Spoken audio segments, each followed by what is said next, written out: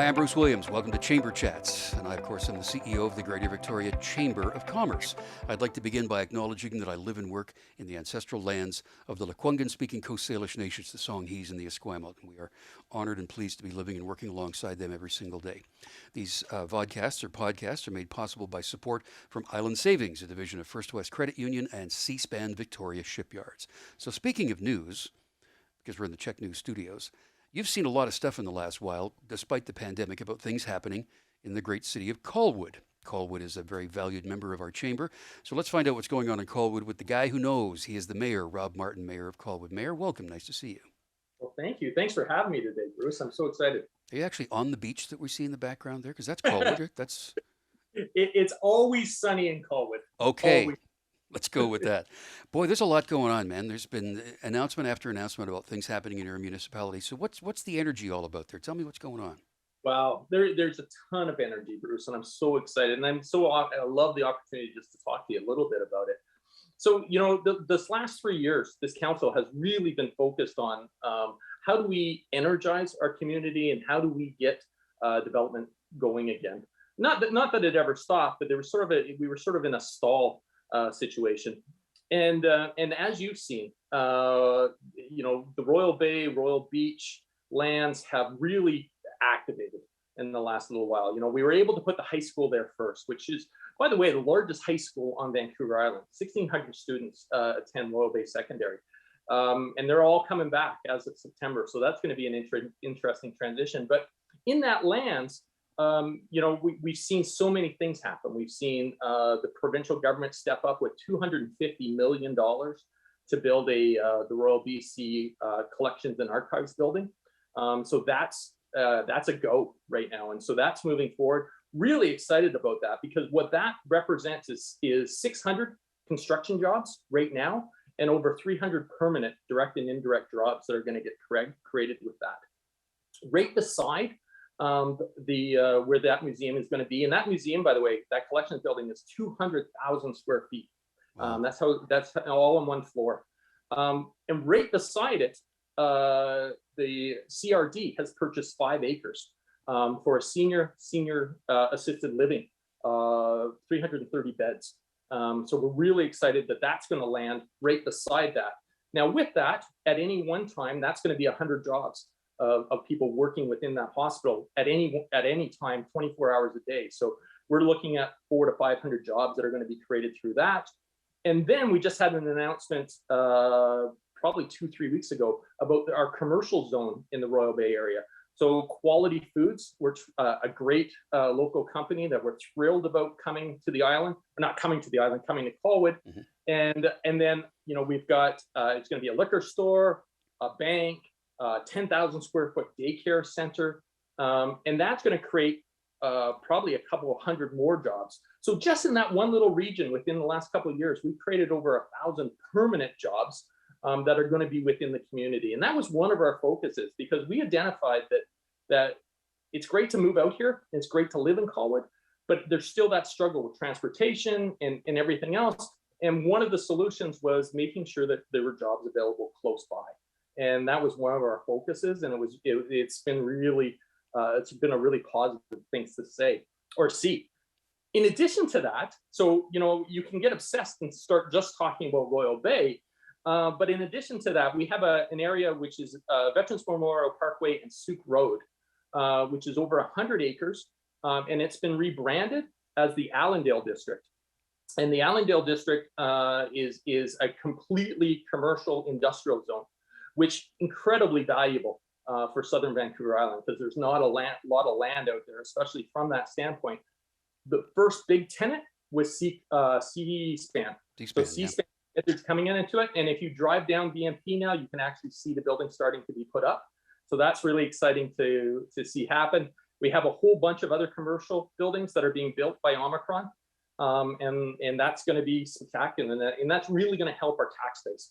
One of the things that we've really struggled with, Bruce, has been making sure that we are being conscious to the residential taxpayer and that we're not overburdening them from a taxation standpoint. So one of our drivers has really been trying to push commercial and businesses into our community to help support the residents. Yeah, when you talk about Royal Bay, it began as residential. Gablecraft and Seacliff are the companies that were doing that, but all these other partners coming in. So when you've got the museum and those other things that are happening there, this now, as you mentioned, brings transportation into it, as people are going to be going from other regions out to the West Shore, which brings us around to the conversation about the proposal for a West Shore ferry that would also be anchored on the West Shore at Royal Bay. So where's that at right now? It's a BC Yeah. ferry operation. So what have we done to this point, the city, and one of the things that I've really focused on was really demonstrating to the provincial government that the community wants this and the community needs this, and that this is something that's aspirational for not only Colwood but also for the region. So I had conversations with the Ministry of Transportation. One of the things they said back to me was they said, well, we're interested in hearing what the CRD has to say. And so in May, the CRD put out a motion which said, please do a West Shore Ferry feasibility study. We're interested to see if this is the model that works. I've had a couple conversations with Minister Fleming, myself, Mayor Heltz, Mayor Desjardins, and Chair Plant have another meeting scheduled with the minister middle of September during UBCM. I'm really hoping to continue that dialogue and that discussion. And right now, where we're sitting is we did a pre-feasibility study, which cost us about $200,000 to do to show that it was possible. We've done it. That report was great. Now what we need to do is a full feasibility study to actually look at the technical things. Can it actually be feasible or not? Until we do that, we're stalled. The ferry cannot move forward until we get a full feasibility study done. That is the most important next step. And so that's what we're looking at. And we have to have partners like the province coming on board. People have asked the question, well, why doesn't Colwood just do it on their own? And it's not feasible. It's not something that the city could do on its own. We really need to have senior levels of government partners. And I really believe we will. I believe, even though we're in a federal election right now, I really believe that the federal government will step up with some of the infrastructure costs to help us subsidize that and to actually get the breakwater built and those things, and then demonstrating to the province that this is actually a winner from a financial model standpoint. One of the pre-feasibility studies, they gave us basically a gold, silver, and bronze standard of service level. The gold standard, which was running the ferries very fast and a lot, had a significant cost to it. It was about $2 million a year deficit. And then the bronze, which was just provide the service when it's needed, high demand times, early morning, late at the peak hours, and then ramp down the services midday. That actually showed a profit in year one. And BC Ferries, when BC Ferries saw that, they said they never see that. When you do a feasibility study, you never see a profit in year one on a ferry run. So I really believe sincerely that this is a winner, and I'm excited to move this along with the province. Yeah, and that whole the idea of the ferry terminal being there is a part of another larger piece at Royal Bay that we want to talk about, that and some other neighborhoods around Colwood, and we'll do that next. We are talking today, having a chamber chat with Mayor Rob Martin from the City of Colwood. So we talked, Rob, about the Mayor, sorry, about the where the terminal will be for the West Shore Ferry if it comes into Royal Bay. But that's part of another larger, like there's talk of a marina and a little retail area there. Tell me about that. Yeah, so that's actually called our Royal Beach area, which is owned by Seacliff right now. And the Royal Beach area is really exciting as well, because one of the things that we made a fundamental decision on as a council and as a city was that our waterfront was going to be a public realm, that we were going to make sure that the public had access to all our ocean waterfront, and that we weren't going to be putting sort of mega mansions or something on it that restricted people from actually doing that. So when you look at Royal Beach, one of the things that all the amenities that we're looking at that really excite me is, one is, for example, we're doing a 4-meter wide pathway that will run the entire length of the ocean from one end to the other. That 4-meter pathway will allow active transportation with bicycles, with scooters, as well as pedestrians. And in addition to that, one of the things that the City of Colwood is presently working on is our waterfront improvement plan. And so that discussion is, do we want to extend that pathway even further as we get towards the lagoon? If people are trying to envision what I'm talking about and how that path would look and feel, the best example I use is Dallas Road. I say, think of Dallas Road, but think in Colwood. And the part of the reason I say that is we expect to see some of the bluffs falling into the ocean in the next 50 years. And so what we're doing right now is we're capturing those lands so that we can transition the pathways and move them further inland when we need to, as climate change occurs within our region. So that path is going to be an evolving path. It's not going to be a fixed structure. I want to talk about another development in a moment, but as we talk about these plans at areas like Royal Bay and Royal Beach, consultation takes place with the First Nations, of course. That is a very integral part of what you do. So let's talk about that for a second and about that process and the general relationship you have with the nations. Sure. Yeah. First Nations is there was oh shoot, I'm trying to think of the event that we had a couple weeks ago where the 9 First Nations came together. And they were talking about, because there was the vandalism happening at, the statues were banned, and then the totem pole was burned. Yeah, the revenge vandalism stuff. Yes. Yeah. And so the 9 First Nation groups of Southern Vancouver Island came together, and I was invited as a guest just to witness it. And it was so inspiring to see how our First Nations neighbors are really embracing who and what we are as a community. And that dialogue needs to continue for a very long time. One of the things that I always say to everybody is, when we talk about reconciliation, that reconciliation is a journey. It's never a destination. And so that this is something that we're going to need to continue to work on and get insight from each other. I think the biggest key here is us learning and listening rather than actually talking. And that's one of the biggest takeaways that I've been able to with working with Chief Sam and Chief Thomas of Esquimalt, is just seeing their strong leadership and really reinforcing the importance that it's important to just listen. Yeah, they have that whole generational stewardship of this land for millennia that they've lived here, and colonization came along and sort of changed that. But it's very important we respect their knowledge and their stewardship of this land, that's for sure.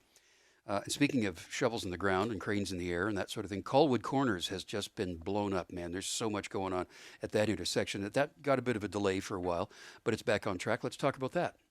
Sure, yeah. So that's the Ani group. And that's, Colwood Corners. So in that area, what we're talking about is they've already announced that Save On Foods is going to be coming into that building. And then I know as of, I believe it's October 1st, there's going to be a significant number of rental spots available within those buildings. So there's 2 main buildings right now. I don't know exactly how many units are in each building right now, but those are coming online. And then we're going to see the expansion into the sort of London drugs areas of that Colwood Corners. In addition to that, Bruce, one of the things that we're really excited about is rapid bus and rapid transit. Transit is going to be doing significant works at the Colwood Corners area, as well as the Whale Road intersection, to really be building priority lanes for our buses. And so that's going to be the first step that we're going to be doing. But in the next little while, within the next couple of years, BC Transit's also going to be really focusing on that rapid bus lane all the way down Souk Road, and really making it a fast, efficient, and effective way to move people around our community. So you're going to see a lot of construction, and I know that's creating a lot of frustration for people, especially people who are living out in Souk and Metchosin and that are having to take Souk Road to get into Victoria in the mornings. And I get some emails around, hey, why can't we speed that up? But it's just part of a growing community. I don't know if you know this answer or not, but right at that corner at Whale Road, part of the construction site has this really funky looking building right at the entrance into the footprint. It's got sloping roofs and large, I can't figure out what it is. I mean, it's, where the Petrocan is, and then you keep moving along, and it's just past the Petrocan on the left. So it would be the entrance building. I don't know what that is, but it's a really cool looking structure. Oh, cool. No, I'll have to look. I know, I'm thinking if you're thinking right, there's the Petrocan, and then right beside it is Denny's. That's right. Restaurant, and then there's a garden. I think there's Garden a Works is in there, yeah. And then I'm not sure what that other building is. But it's a really really neat looking building right at the gateway into the facility. That's for sure. The next time you drive by there, you know what's going on. Being an elected official involves more than just knowing what's going on and being the person who steers the direction of council and represents them. I want to talk more about that when we continue this conversation. We are having our chamber chat today with Colwood Mayor Rob Martin, where there's a lot of stuff going on. You talked a couple of minutes ago, Mayor, about the rapid transit that's going to be going on that are going to move people around. With people working from home throughout COVID, people who live in Colwood worked at home more. Do you think that means that there will be wholesale changes on the nature of how people move around within the region and stay within Colwood? I mean, transit itself is probably doing an audit and all that stuff right now, but how has that changed the dynamic of people getting around in town when they're living and working from home in Colwood? Yeah, it's interesting, and this might be old news for a lot of people, but I remember just being caught off guard by real estate agents explaining to me that one of the things that they now market is a Zoom room, so that when they're selling the house, they're saying this house has a Zoom room in it, Yeah. too, because a lot of people are just looking for that ability to be staying at home. It's interesting because I sit on the Victoria Commission for BC Transit, and that was one of the conversations we were having at the last board meeting, was about not just thinking about the West Shore going from West Shore to Victoria, but the West Shore going from West Shore to West Shore. And specifically Colwood, there's a lot of residential, and that's majority of our people are residents. I think it's over 85%.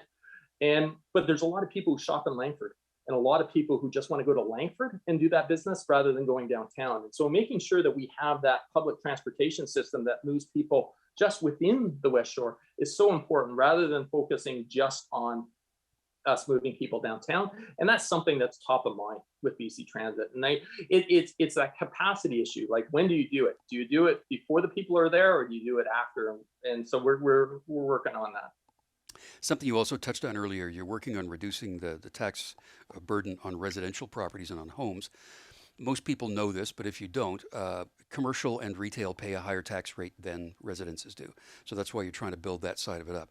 What's the retail potential in Colwood, and where would that be? We talked about Colwood Corners, but what are other potential opportunities? Yeah, so yeah, we're not trying to recreate what Langford has done. We think Colwood, when we step back and we look at the West Shore in general, we really need to be a team and sort of understand where our strengths and where our weaknesses are and play off each other. Langford has done a spectacular job of building out the retail sector.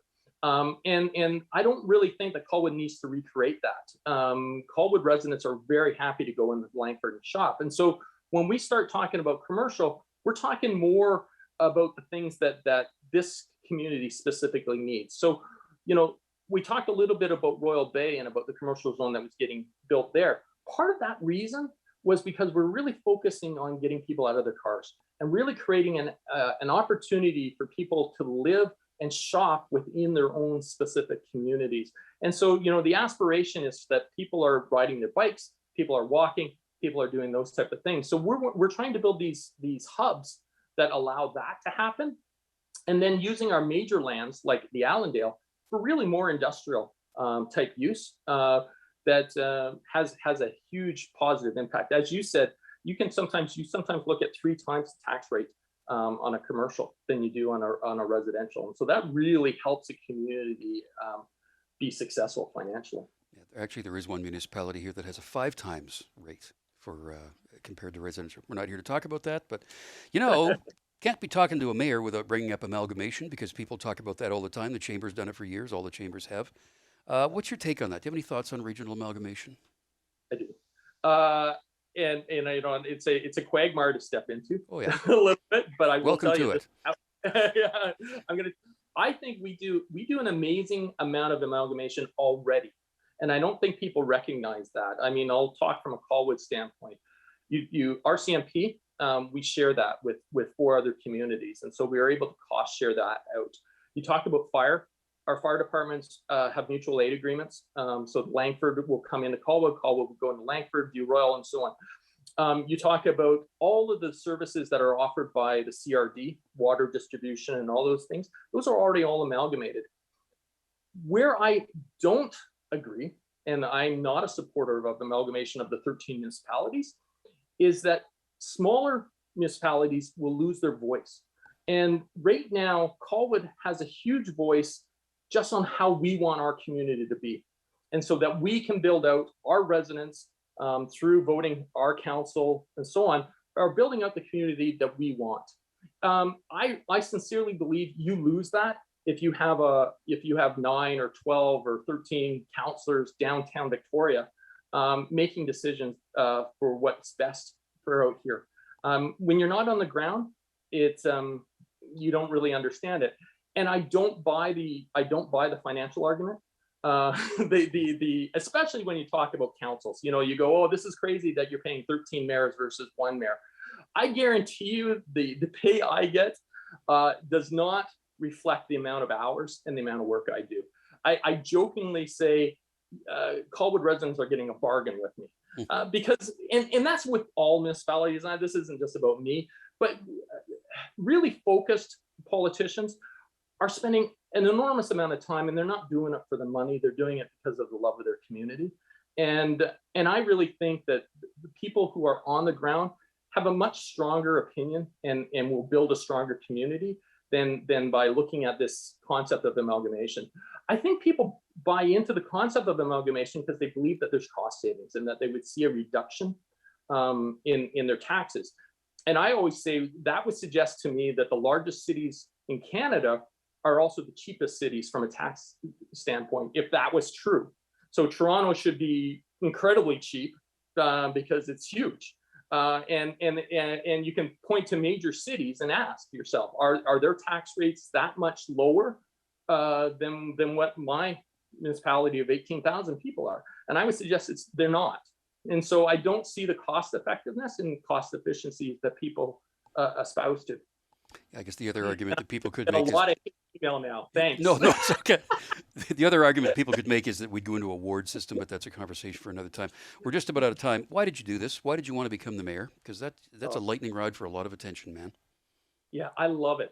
I sincerely love being the mayor of Colwood. And I've always believed in community, and really, I started in the social services field. I started working with Boys and Girls Club. Actually, my first jobs were with the YMCA, and then I went and worked for the Greater Victoria Boys and Girls Club for close to 10 years.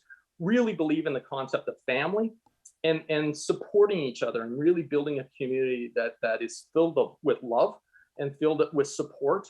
And being a mayor and having an opportunity to facilitate that and to have that vision is really inspiring.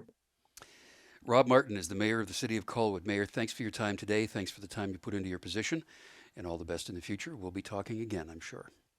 Thanks, Bruce. And that's Chamber Chats. I'm Bruce Williams. We'll see you next time.